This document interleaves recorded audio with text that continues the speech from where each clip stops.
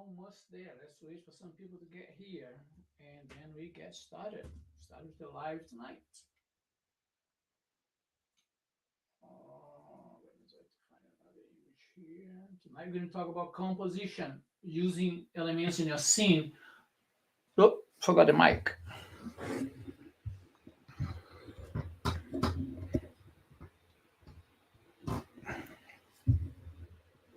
There you go.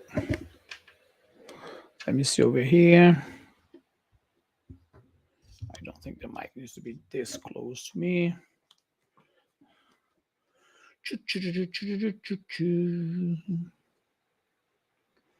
Mm-hmm. Camera, audio, let's do here. Alô, alô, 1, 2, 3.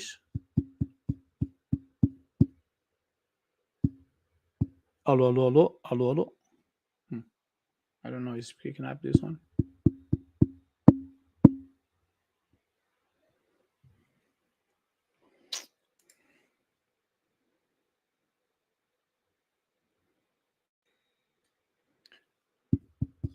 Alô, alô, alô, 1, 2, 3, alô, alô, 1, 2, 3.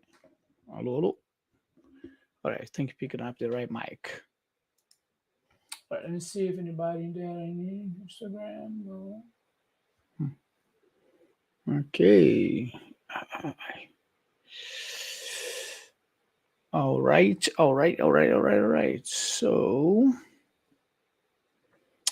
let's look at this on YouTube and see. View on YouTube. So over here. Let's look at this on YouTube and see. That looks good. View on YouTube. So over here. All right. Hello, guys. Hello. Good evening. How are you guys doing?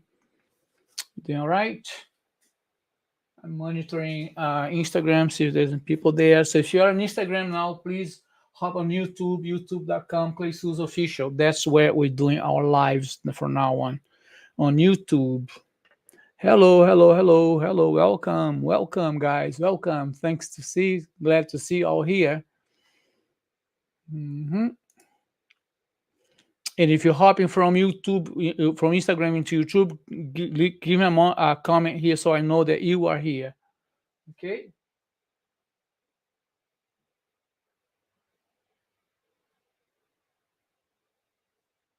Let me see something here.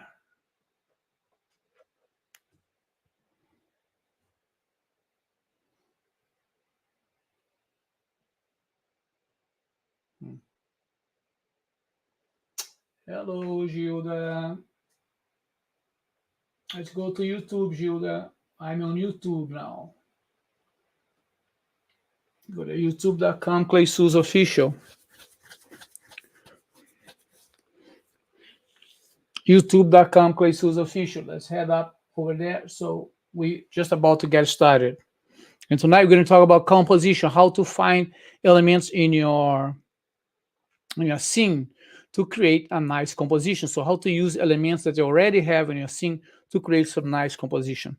Okay, we're going to show a couple of images. We're gonna comment on them, and we're gonna go and do that tonight. So all about composition tonight, how to create better composition using elements that you have in your scene. Okay. All right, so let me see. If you are on Instagram now, please hop onto YouTube. That's why you're going to do the live now. youtube.com, Clay Souza Official. You don't need to be logged in. Just go in there and get started. Once you get to YouTube, leave me a comment so I know that you are there, okay?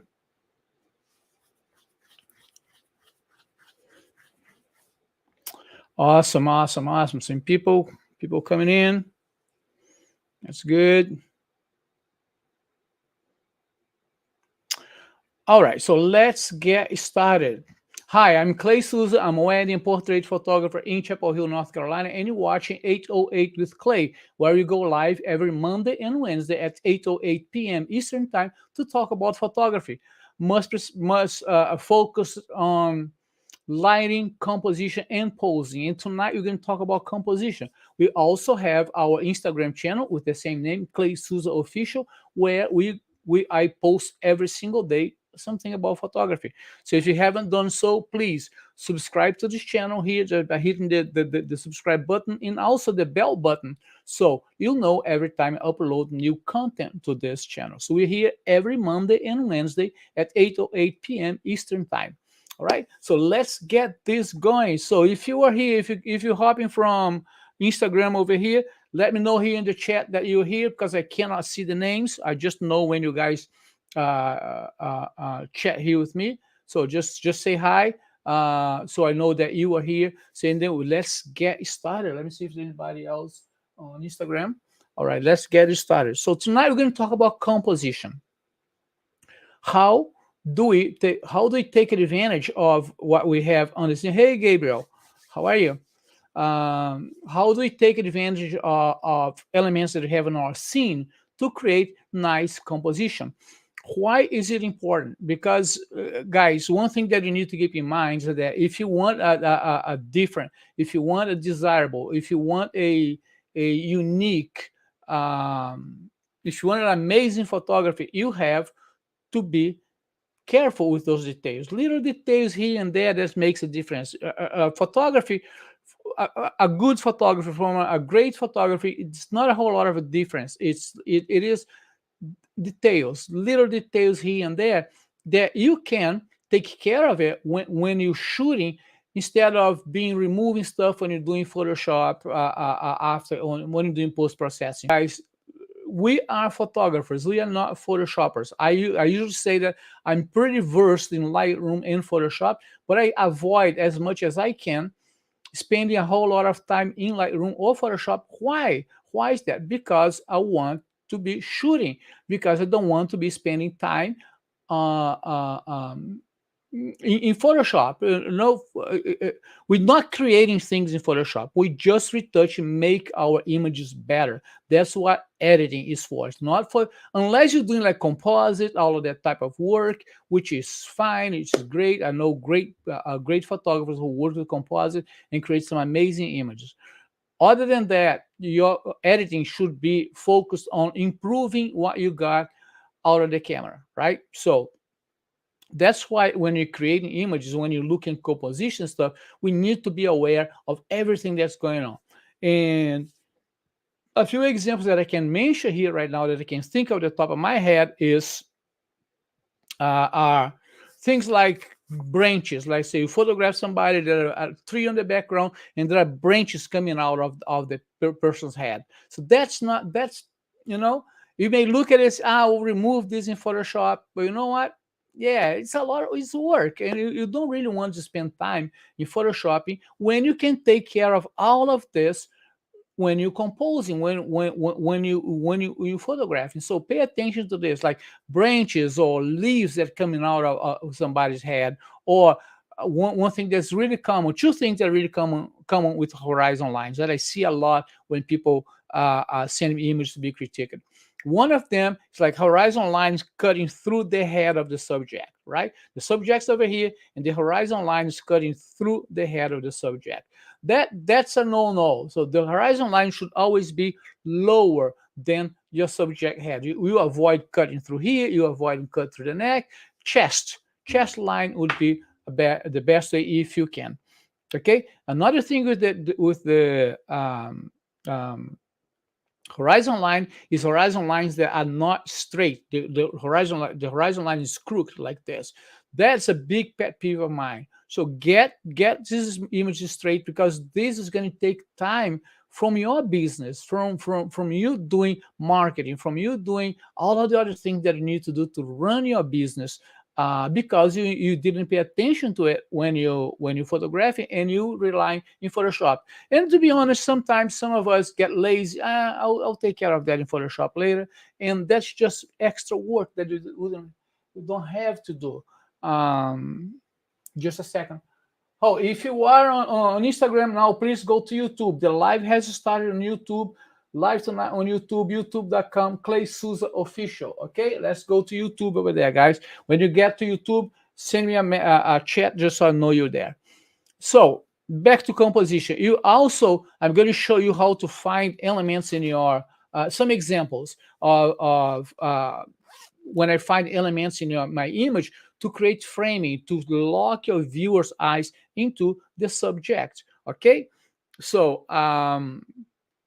it's not like everywhere all the time that you have those things, but when you're photographing, look around you. One thing that I always advise people to do when you find a location, when you find a spot where you want to shoot, uh, go over there, stop, take a deep breath, no rush, put your camera, put your gear down, and do a 360 degree. Turn around, do a 360 degree, and see what's behind you. Look at what's on your right, on your left, what's on the diagonals, because sometimes we focus so much on a scene that we saw, a spot that we saw, that we know it's going to be a really cool image, and we don't look around. We go there and we shoot, and then we go to another location. When most of the time there's always going to be something there. What I say, go there and try to get as much as that scene as you can, so you're not having to go to location 1, 2, 3, 4, and 5, all that type of stuff. Okay, so and this is when you pay attention to everything that you have to pay attention to. Like I said, branches and leaves coming out of subject's head, um, horizon lines that are not straight, or horizon lines cutting through the head or cutting through the neck of your subjects. Okay, so I'm going to start showing you some images. If you have questions, do not hesitate, post them here on the chat, and I will address them. But before I start showing the images, let me check here Instagram and see if there's anybody there. Hey, if you are on Instagram, please go to YouTube. Our lives are now on YouTube, youtube.com, Clay Souza Official. It's right here, the address right here. Also, the address is in the bio up there. So hop on YouTube. Our lives are on YouTube now. And when you get to YouTube, send me a comment so I know you're there, okay? So let's look at some images. And I can exemplify what I'm talking about. All right. So I'm going to share. Let me see. Hold on. Where am I?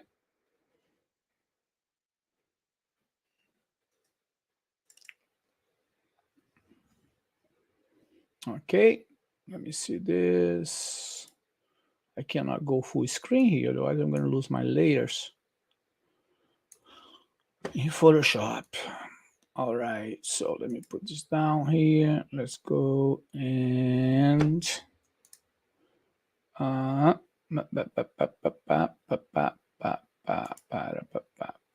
oops. All right, so let's these images. Let me share my screen. Share screen.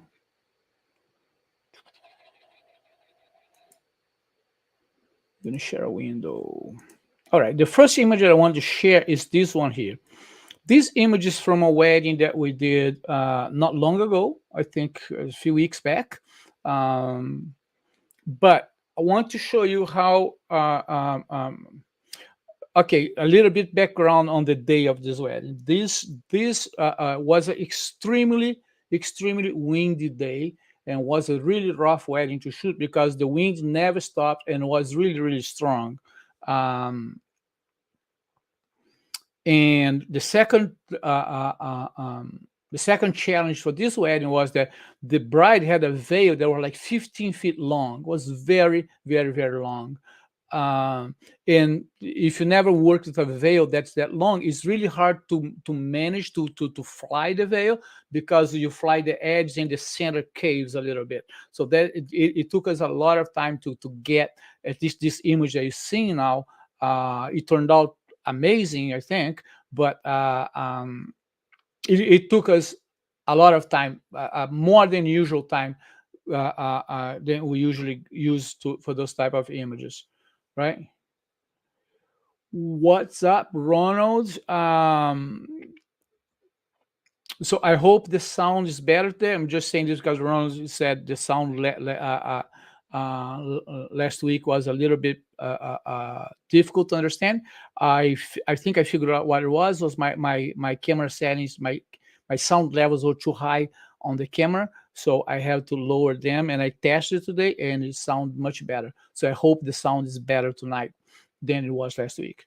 So for this image now, as you can see here, we have the big veil coming through, but we're talking about composition, right? So I want to show you how I compose this image. So I'm using those two trees on the background, kind of to frame them. Those two trees over here, I'm used to frame them, so they are in between the trees. And I'm gonna be 100% transparent with you. There was another branch that was coming out. Let me draw something. There was another branch over here that was coming out all the way through here, kind of thing, and cutting through her head. Yeah, there was a branch that was coming out all the way and cutting through her head. What I did was that one I had to remove in Photoshop because I was already shooting low. I couldn't go any lower, and I didn't want to move them to a little bit more camera right, because then I would lose the curve on the rail. The rail is kind of curved, right? It's a semicircle. I wanted to post them right in the center. So if I post them a little bit to the right, I would lose the center point of the image. So, and I looked at it and said, this is going to be easy to remove in Photoshop. And I did, because was cutting through her head, but that was the only thing that was done in Photoshop. So I used the two trees here to frame them, to give them a little bit of a frame, right? And another aspect of this image also is the horizon line. Look at the horizon line, how the horizon line is much, not this one. So this one can go away. Oops, what happened? Hold on. I think I deleted the wrong layer. It's this one here that I have to delete. All right, cool. So now you can see how the horizon line is cutting them on the chest, not cutting them on the head, not cutting them on the neck, but it's cutting them on the chest. Should be the right place for you to put your horizon line. So what you do, you shoot lower, right? Here I'm on my knees shooting that, actually to create that effect on the veil. And this is not Photoshop. This is what the image looked like. To create that effect on the veil, I had to shoot a little bit lower with the veil right point on my camera. So that's how we do this. So I have to be lower, which makes them higher than the horizon line. So, and this is other things that I'm telling you to pay attention when you are photographing, because once you put the horizon line over here, cutting through the head, right, like this, for instance, there's nothing you can do about it.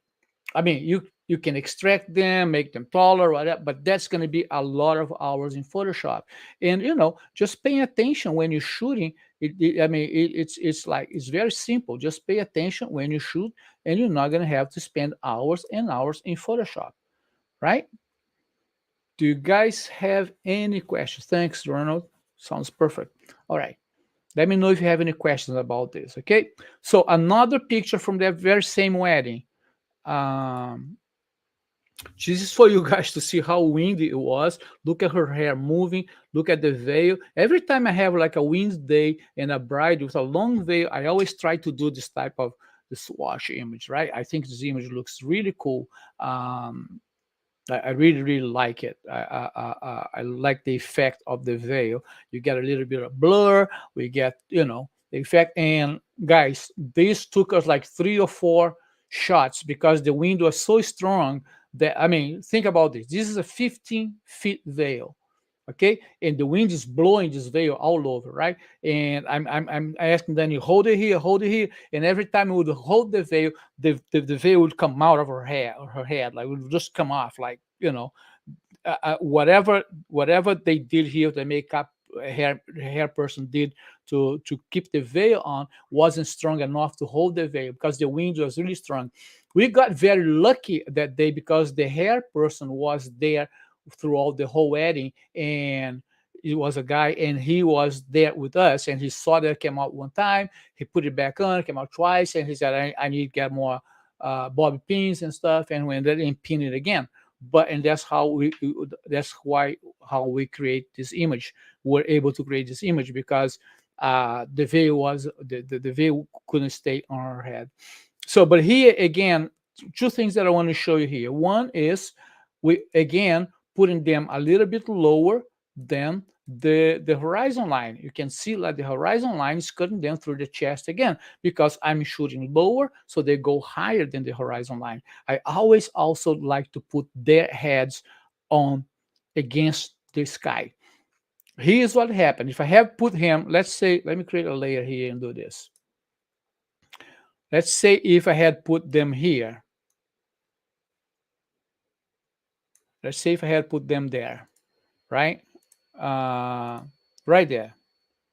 Okay. Number one, I have the horizon line cutting through the head here again, over here, right?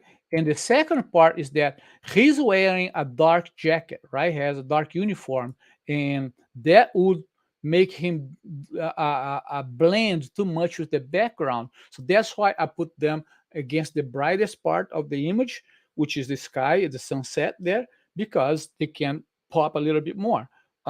Instead of here, if I had put them here or any other dark part of the image, I would have to light him from behind to make him stand out a little bit. Otherwise, he would get lost with the background.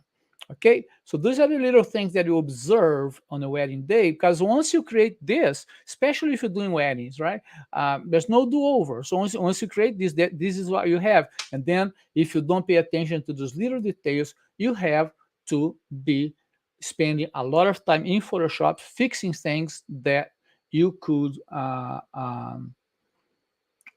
thanks Gabriel, appreciate it, man. You will spend a lot of time in Photoshop trying to fix things that it can be fixed on camera, on spot, so you don't have to go back to it. All right, let's look at another image.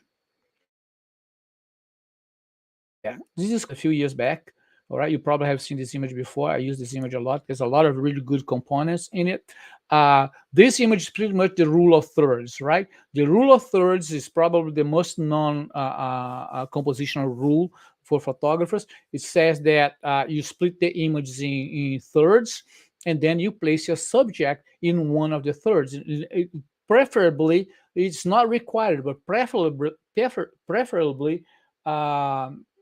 on the intersection of the lines, right? Oh, well, my connection. So if you are on Instagram now, please hop on YouTube. The lives happen on YouTube, youtube.com, Clay Souza Official. We already going on there. I'm waiting for you there. Just hop on there. You don't need to be logged in. Just go youtube.com, Clay Souza Official, and you're going to see the live button and just click on it. All right, rule of thirds. So here we put Kobe right there where the third meets, which is right here, right?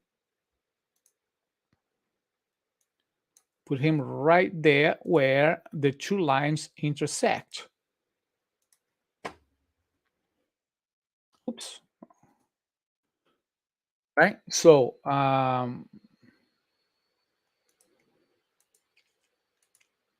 this creates our eyes always like thirds and triangles, that type of stuff. That's why sometimes we put him the third. One of the important things when you're creating a rule of thirds is that whichever way your subject is looking at, let me see if I have a shape here. I don't know if I have on this computer. No, I don't. Whichever way your subject is looking at, this is where which the direction it should go. All right.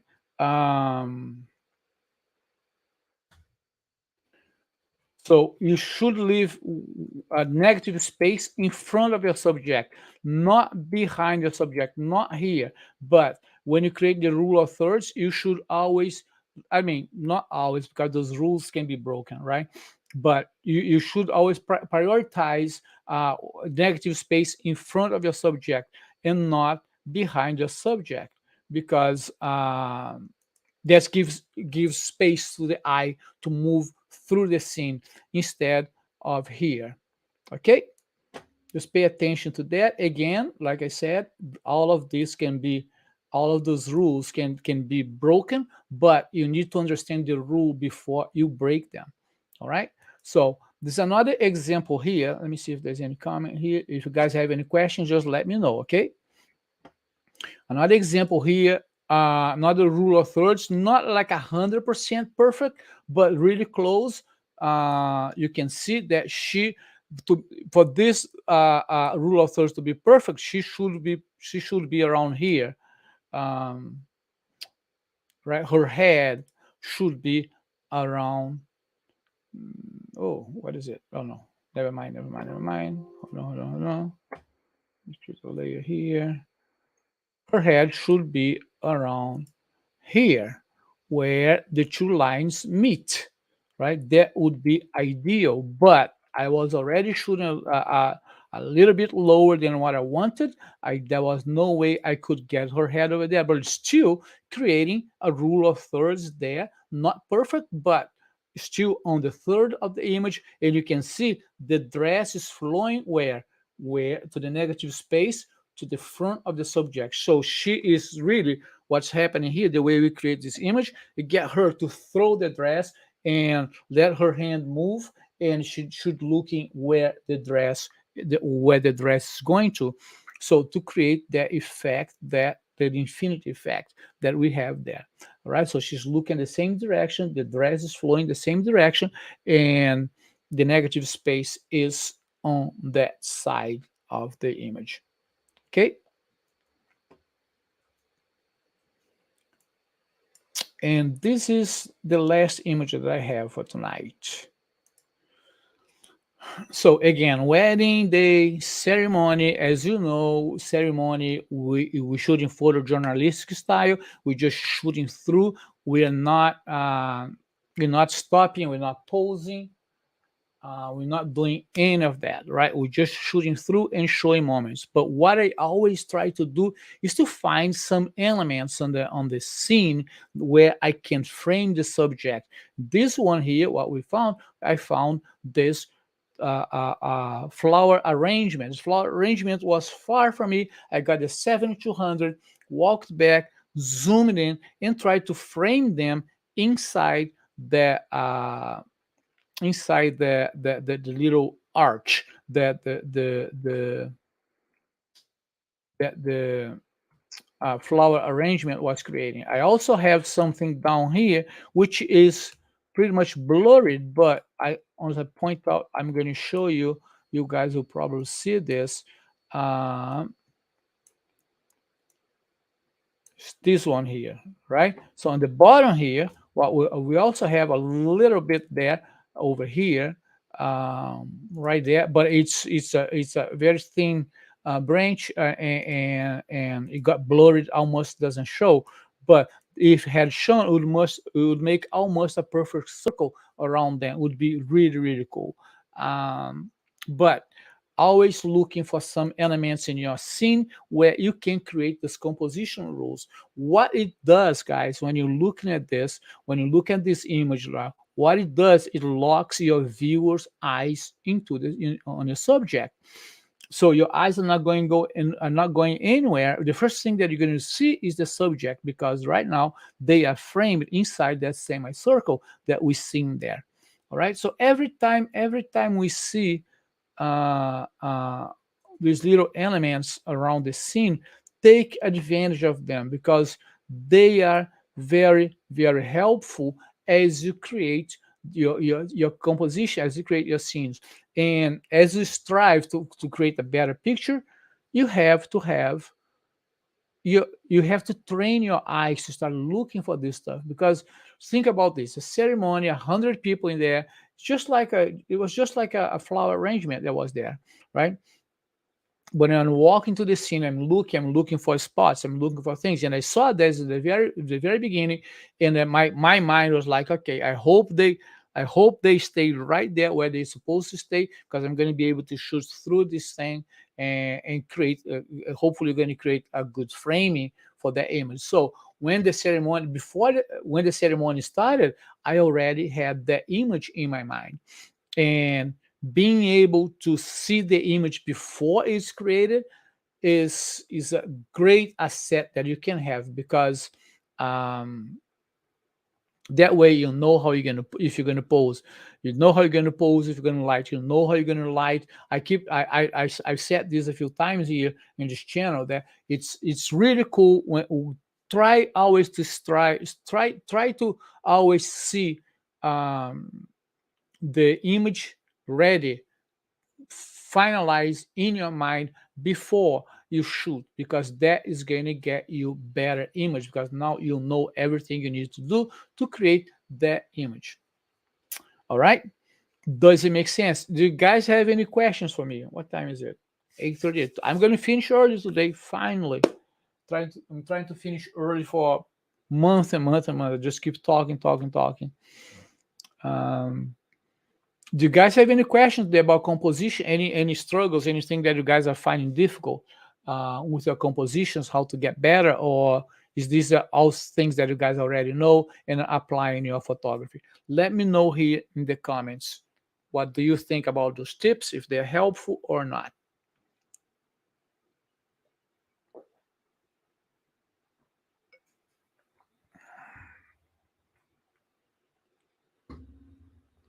Hot day here in North Carolina today.